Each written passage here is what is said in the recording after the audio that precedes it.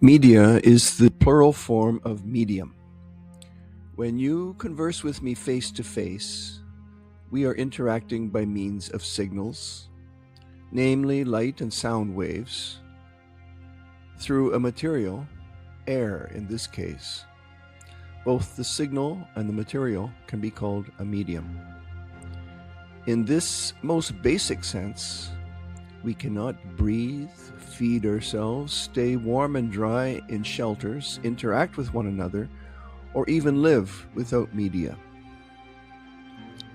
If we confine our meaning to means of communication, we can say that man has always lived with media. Today, we think of media in their most sophisticated forms, such as TV, radio, and the internet. But speeches delivered in the town square, gossip spreading through villages and cities, wandering minstrels, clay tablets, and scrolls of parchment were all media, or even mass media, that proved to be as dominant and one-sided then as our mass media often are today. The Qur'an itself has occupied a prominent position among the media of each age since its first revelation. As a word recited to be heard or written down to be read, the Qur'an could overshadow all other spoken and written words in the lives of believers, especially when all other messages could not compare with it in terms of importance and authority. 1,000 years ago, of course, the Qur'an had less to compete with and thus could command much more attention in the life of the believer than it usually does today, given how fascinating, distracting, and omnipresent our modern media are. Nowadays, we often complain about media control. Compared to 50 years ago, for example, our news and entertainment are fed to us by fewer and larger entities, corporate behemoths, in fact. And we rightly feel that this consolidation of ownership is not conducive to the development of a free, well-informed, and idealistic citizenry. When a few giant conglomerates control the public information space, they can more easily collaborate to restrict what they put out in news and views that serve their interests and preserve their power. Many commentators in the alternative media, which, thank God, we still have, consider this form of commercial media control to be dangerous. Even more dangerous than media ownership are the means by which the media control us, which is another way of understanding media control. When governments and corporations combine to propagate a particular agenda, censor competing messages, and enforce acceptance of the official narrative, most of the population cannot resist the pressure. Alternative media mitigate this power, but those alternatives can also be suppressed. We saw this recently in the COVID media campaign, in which false claims about the vaccine were said to be the voice of science, while honest doubts and contrary evidence, later proven to be true, were either made to vanish or labeled disinformation and even punished.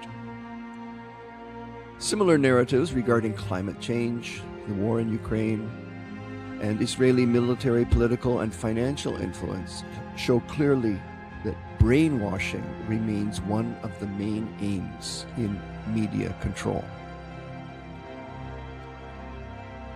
If we stop here, stunned by how powerful the media giants are and how much they control our lives through propaganda, advertising, and censorship, then we have bought what they are selling us: impotence. But believers know that truly Allah is in control, not only of natural phenomena and matters of life and death, but of everything. Not one picture is taken, nor word is heard without a prior word from Him. Allah mentions the story of the two angels, Harut and Marut, who taught secret knowledge to men. Certain devils obtained this knowledge and repackaged it as magic by which to cause discord between husband and wife. This could be likened to the kind of media we see today in films promoting free sex, gender fluidity, and feminist lifestyles.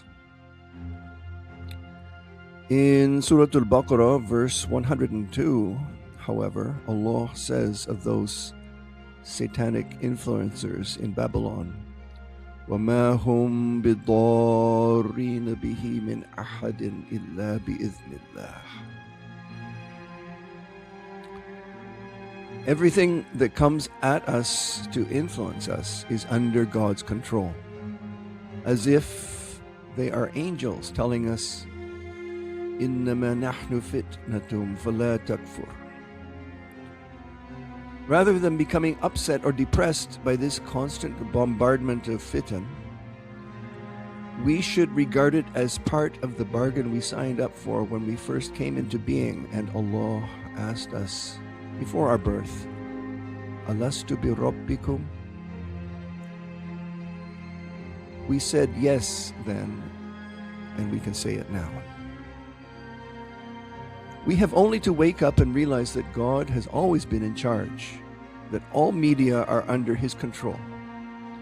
We are soldiers in His army, and confronting these devils in our modern media, killing them or being killed, is a tremendous honor.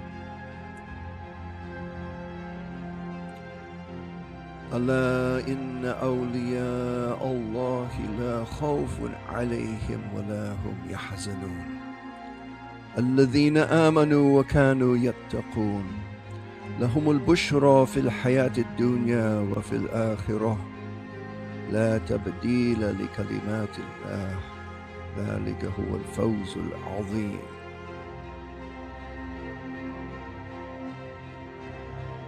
If you have made friends with God through your prayer, your fasting, your obedience, your diligence in seeking the truth, and your honesty when you find it, you will learn how to maintain your taqwa, to be on your guard against the satanic messages constantly pouring into your eyes and ears.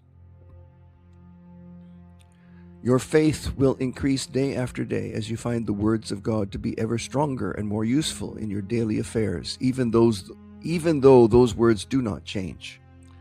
Rather, it is you who change. You regret, but do not obsess over your past errors and ignorance, and you lose your fear of what is to come. Whatever the news may be telling us, for you, the news is always good. That's because since Allah controls the media as He controls all things, and if you are His friend, then He gives you all the media control you need. Self-control.